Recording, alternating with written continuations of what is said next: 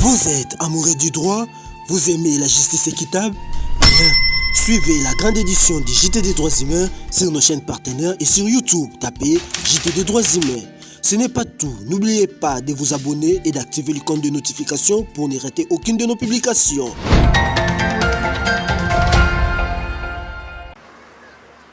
Inquiets, les membres des familles des personnes préventivement détenues dans les dossiers de la mort de Simba Ngezayo se sont rendus ce mardi 29 mars 2022 à l'auditorat militaire pour déposer un mémorandum portant demande de fixation de ces dossiers d'homicide devant l'instance judiciaire compétente à Goma, liée de la commission du forfait. 138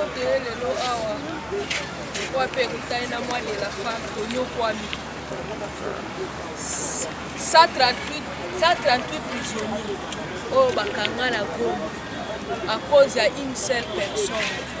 To éviter ceux qui vont nyonso baza impliqué na liwa que ndenge tozo souffrir talanga nde naza awa na si na souffrir na nzela ndolo chaque jour oke kotika biloko ndolo wana condition de vie eza mabe eza kaka okoya na auditorat awa bakokende lelo bakozonga lobi procès sala makate eloko moko te do batu baza lokwa oubli. Au total, 138 personnes emprisonnées depuis le 3 novembre 2020 à Goma au Nord Kivu et transférées à la prison militaire d'Endolo à Kinshasa suite à la mort du regretté Simba Ngezayo. Parmi ces prisonniers, un grand nombre ne serait en lien avec cette affaire. De ces faits, les membres de leur famille réclament justice pour rétablir la vérité.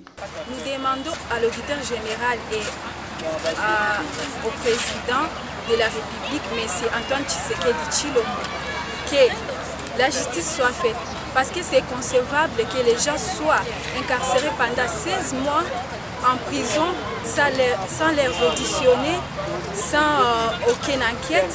Donc nous demandons à ce que la justice soit faite, que les innocents soient libérés, que les coupables subissent leur peine en prison. Au-delà de ces mémos, ces membres des familles sollicitent également l'implication du couple présidentiel.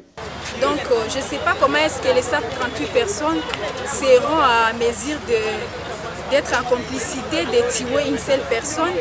Et puis il y a des morts même en prison, il y a une femme qui est accouchée là, il y a des mineurs.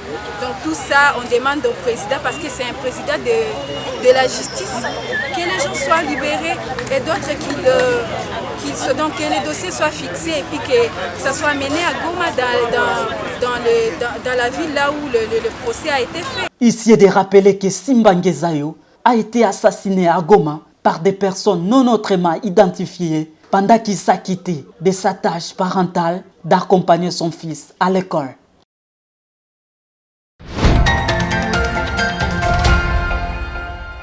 Dans le cadre des activités marquant la clôture du mois de la femme, l'Association des femmes magistrates de la RDC AFEMAC a, le 28 mars 2022, dans la salle de cérémonie de la Cour d'appel de Kinshasa-Gombe, organisé une journée scientifique à l'intention de ses membres et plusieurs autres invités. Les participants ont été entretenus autour de la maladie du cancer des seins, l'une des maladies les plus récurrentes chez les femmes. Gertrude Mubanza, cancérologue de son état, a passé en revue tous les aspects liés au cancer des seins, notamment ses causes, symptômes, traitements et ses moyens de prévention. Le but pour cette oratrice était de permettre aux femmes magistrates, membres de la FEMAC, de savoir un peu plus sur cette maladie et de prendre des dispositions pratiques. Le choix de ce sujet si intéressant entre dans le cadre de la sensibilisation des membres de cette structure. On aura beau connaître le droit, la matière, la science, mais je dirais il faut un corps sain, comme on dit, un corps sain dans un esprit sain. Ici nous disons un esprit sain dans un corps sain, c'est-à-dire il faut avoir la matière dans une bonne santé.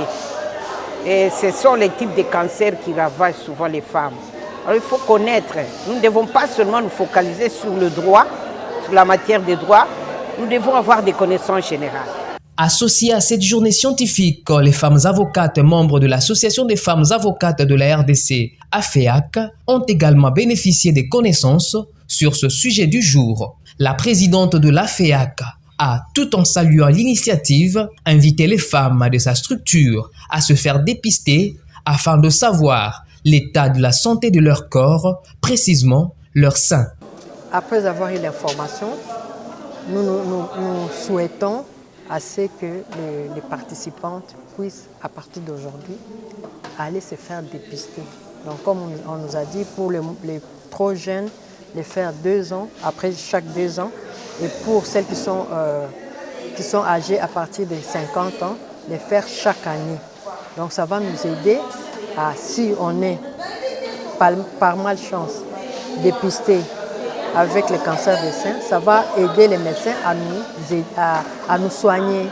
Donc, comme on dit, prévenir, c'est guérir. Donc, quand on détecte une maladie plus tôt, on la soigne mieux que quand on la détecte très tard. Cette journée a aussi connu la présence d'Adel Nzundu, procureur de la République du parquet près le tribunal des grandes instances de Kinshasa-Matete.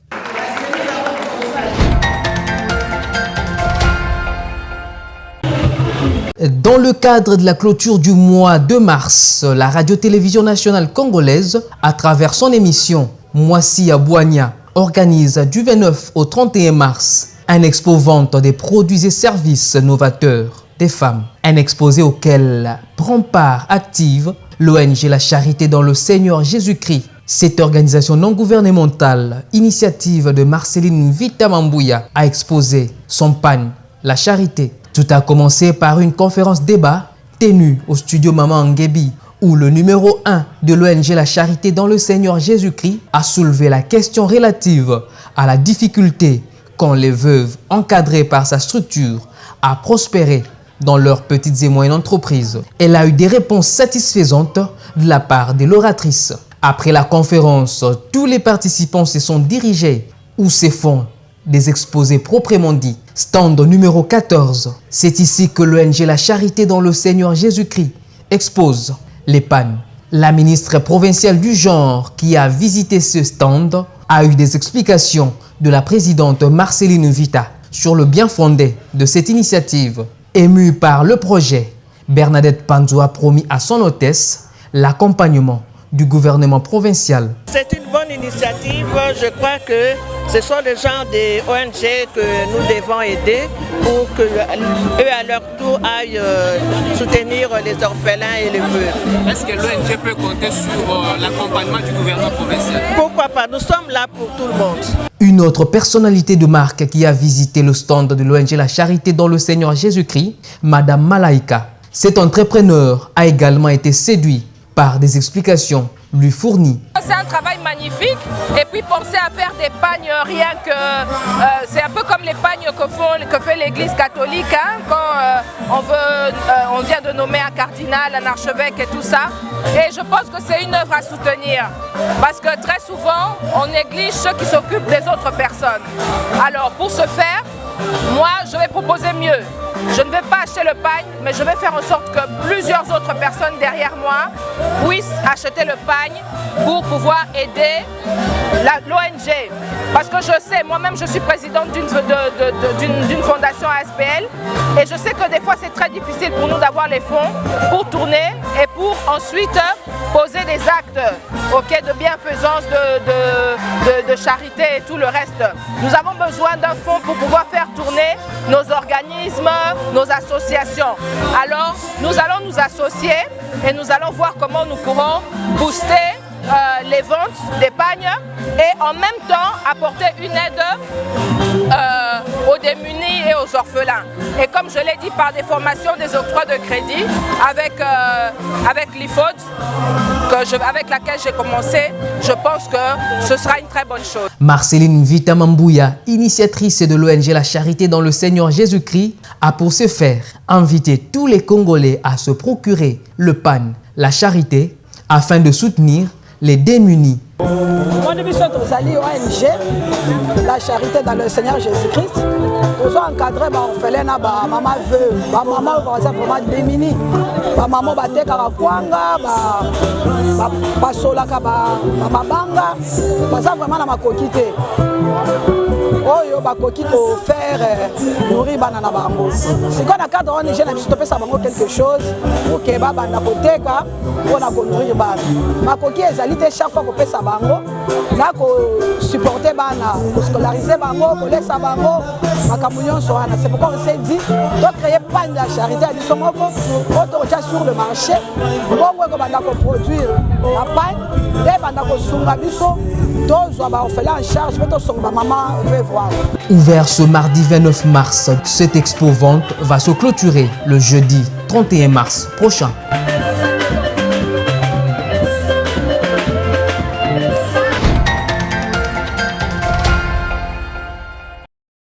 Motion de défiance contre les ministres de l'économie. Il s'observe un total désaccord entre les députés AFDC et alliés et les autres élites de l'Union sacrée.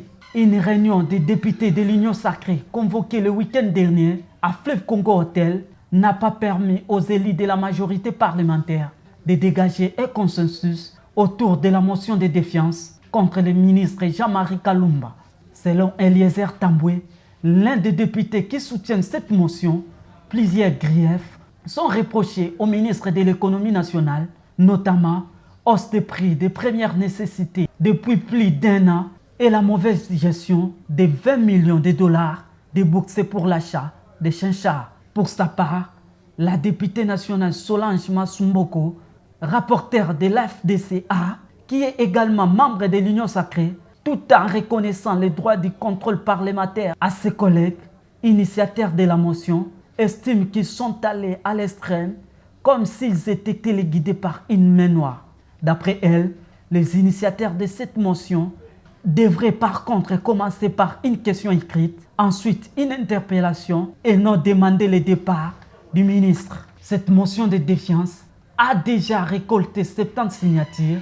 Le ministre de l'économie nationale est donc attendu ce mercredi 30 mars 2022 à la plénière de l'Assemblée nationale pour son examen.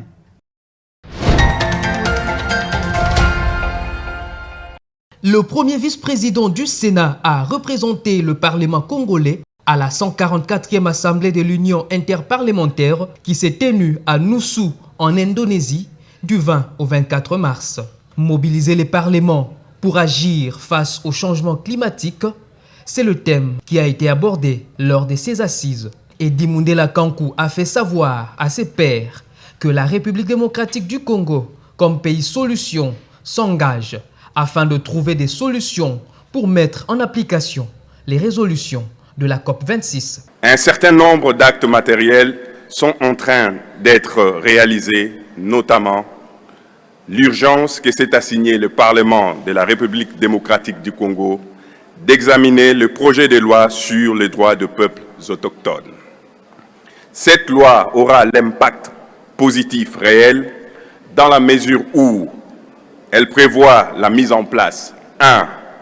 de contreparties aux peuples autochtones qui sont en train d'être mutualisés en gardiens de l'écosystème et de la stratosphère à travers le mécanisme de maintien du caractère séculaire des rapports harmonieux que ces communautés entretiennent avec la faune et la flore. 2. La mise en place de mécanismes coercitifs et compensatoires de lutte contre la diminution de la diversité biologique, la pollution du sol, de l'air et de l'eau. 3. La création au sein de nos institutions, dont un service spécialisé rattaché à la présidence de la République, un ministère au sein du gouvernement national et une commission permanente du Parlement. Tous en charge de l'environnement, du développement durable, du tourisme et des ressources naturelles. Outre le gouvernement et les parlements, le président de la République Félix-Antoine Tshisekedi s'est toujours investi en faveur du climat et de l'économie verte. Cette volonté est aussi manifestée à travers la récente déclaration du président de la République démocratique du Congo, son Excellence Félix-Antoine Tshisekedi, qui a dit « Les changements climatiques posent une menace aux hommes et à leurs droits fondamentaux.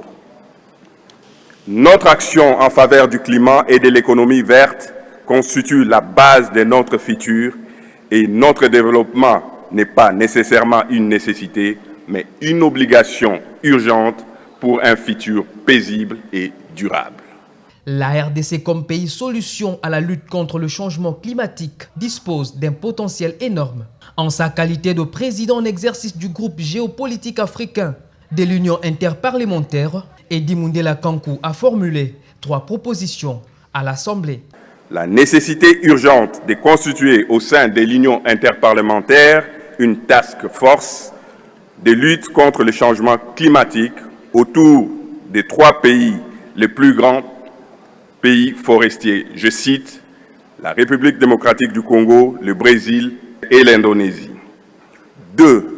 L'accélération du mécanisme de création et de mise en place de l'Organisme mondial de l'environnement et dont le Parlement de la République démocratique du Congo réitère sa requête formulée à l'audition parlementaire du 17 au 18 février 2022 au siège des Nations Unies à New York de se voir abriter le siège. 3. Le renforcement du Fonds vert sur le climat et confier sa gestion principalement aux pays solutions précités.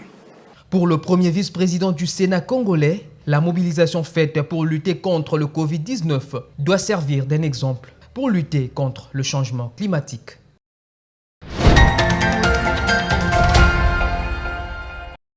Lancées en septembre 2021, les cantines installées dans les camps militaires et policiers de la ville-province de Kinshasa.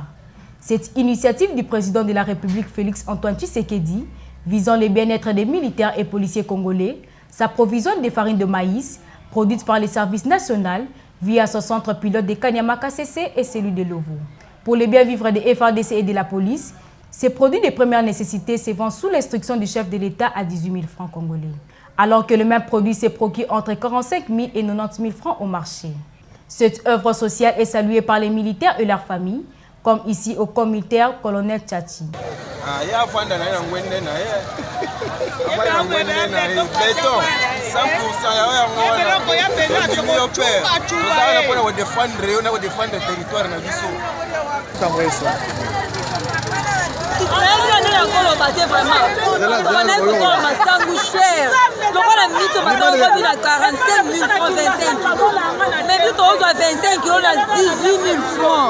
Donc papa, merci na biso et parvenir à liboso na yo.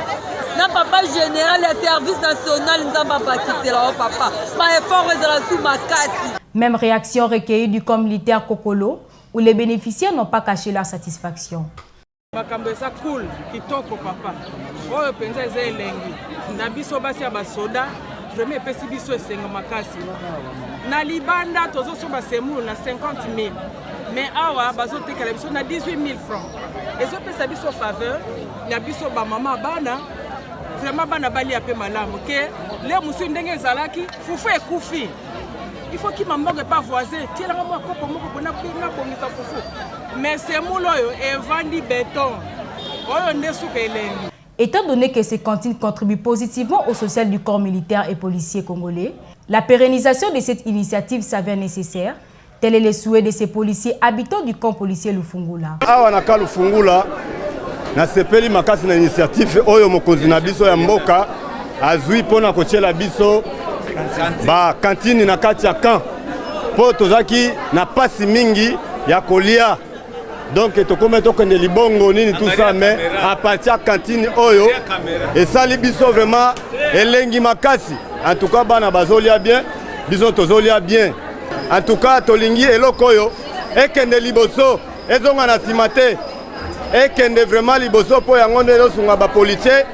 Le numéro 1 du service national, le général Kassongo Kabouik, a rassuré que ces cantines seront approvisionnées d'autres produits de première nécessité, notamment les chinchards, les poulets, l'huile de table, dès la deuxième moitié de l'année 2022.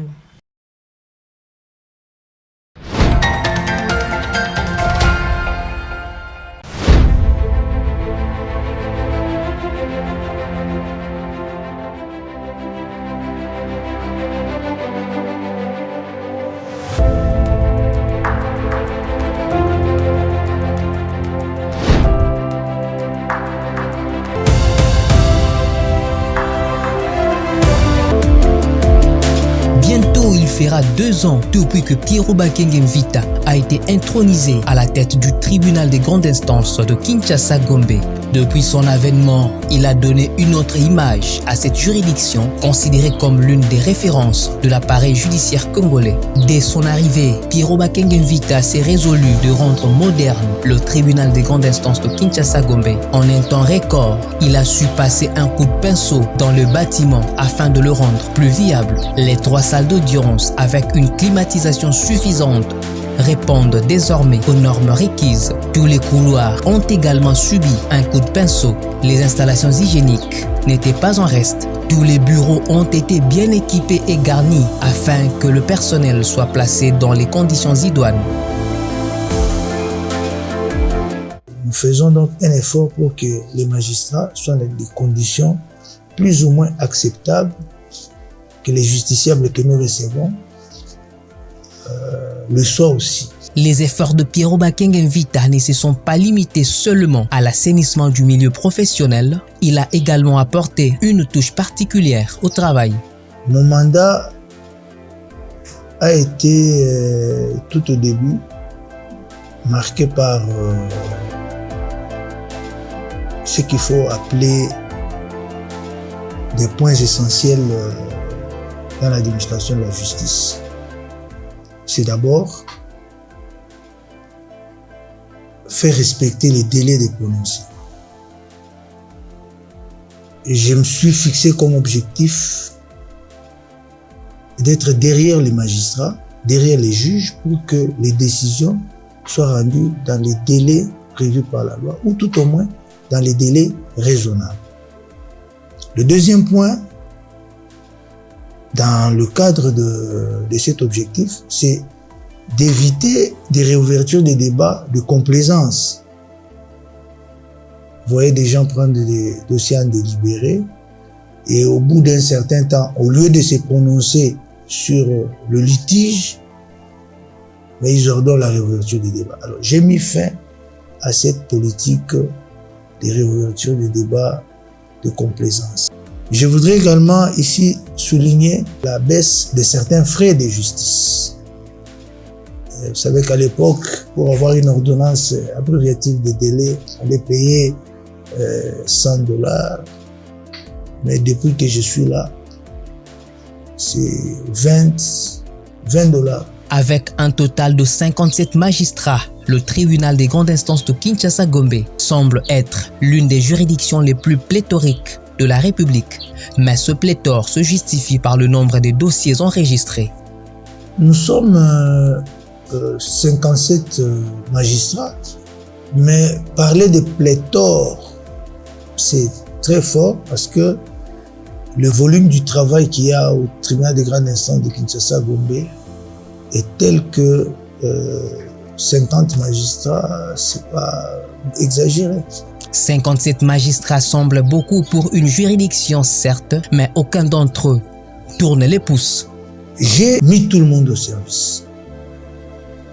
Dans ma juridiction, vous ne trouverez pas des magistrats qui sont mis à l'écart pour telle ou telle raison. Tout le monde travaille et j'en ai pour preuve les roulements qui sont publiés. La formation continue fait également partie du mode de vie au TGI Gombe. Pour ce faire, les séminaires de formation sont régulièrement organisés, question de mettre les magistrats à jour. J'ai voulu mettre un accent sur la formation. Parce que le justiciable a droit à un juge bien formé. Voilà pourquoi j'ai instauré le système de plénières. Les plénières se tiennent régulièrement dans cette juridiction pour débattre des questions des droits, échanger avec les magistrats. Grâce à cette touche particulière, Pierro Bakenge a été surnommé par ses collaborateurs coach. Sur le plan administratif, il y a de quoi envier cette juridiction. Tous les greffes, du civil au pénal, en passant par le divisionnaire, le travail se déroule comme il se doit et dans un climat de sérénité. Tous les dossiers sont traités avec promptitude et sont bien archivés. Comme l'ensemble de l'appareil judiciaire RD congolais, le tribunal des grandes instances de Kinshasa-Gombe éprouve les mêmes difficultés liées aux moyens de fonctionnement. Notre souhait, c'est que nous soyons dotés d'un budget de fonctionnement conséquent, ce qui nous permettrait de faire pas mal de choses et de travailler dans des meilleures conditions. Respectueux des procédures, Pierrot Bakeng invite à se faire la violence de mettre en application les instructions de la haute hiérarchie. C'est ce qui justifie sa récente descente à la prison centrale de Makala.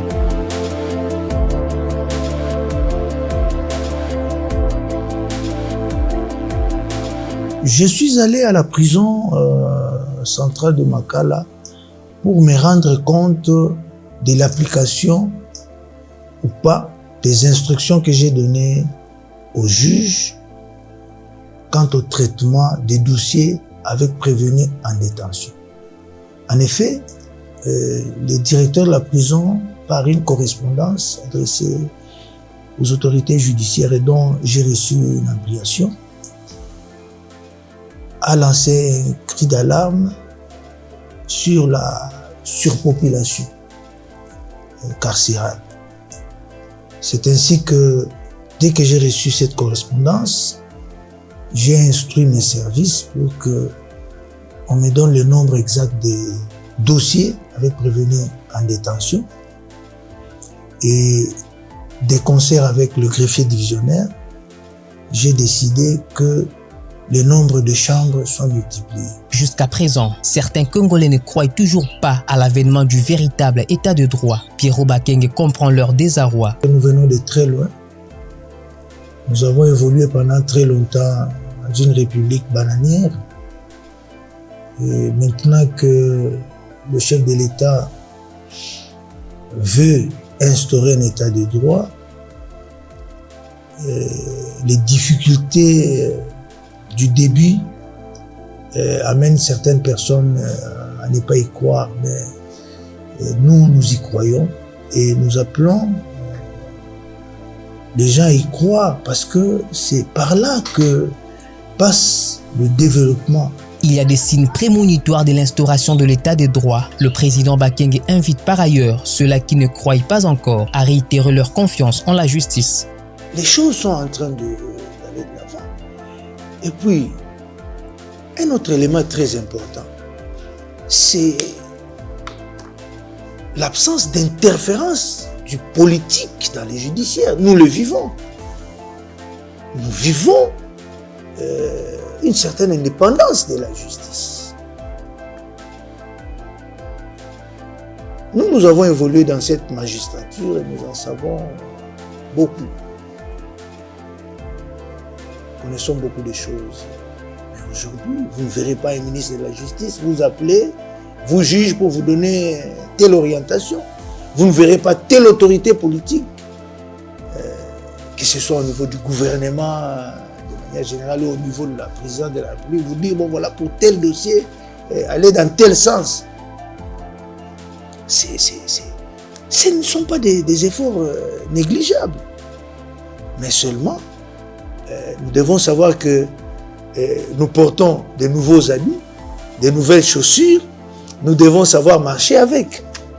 Les défis sont énormes, mais avec ce qui est déjà réalisé, le TGI Gombe s'installe comme la référence au sein de l'appareil judiciaire congolais.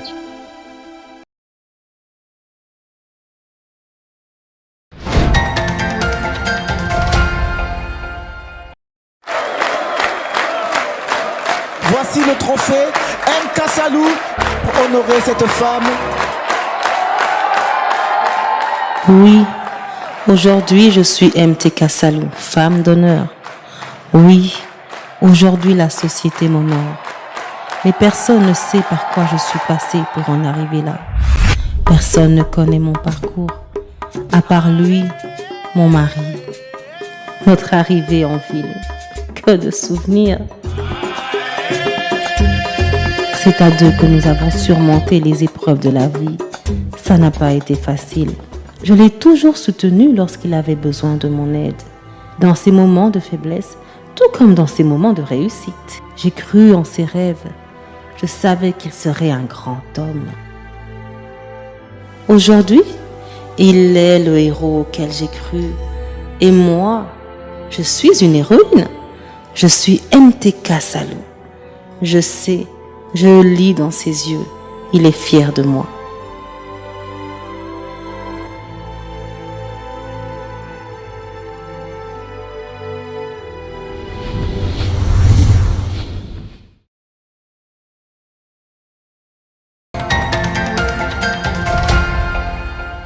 Vous êtes amoureux du droit?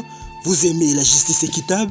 Bien, suivez la grande édition du JT des droits humains sur nos chaînes partenaires et sur YouTube. Tapez JT des droits humains.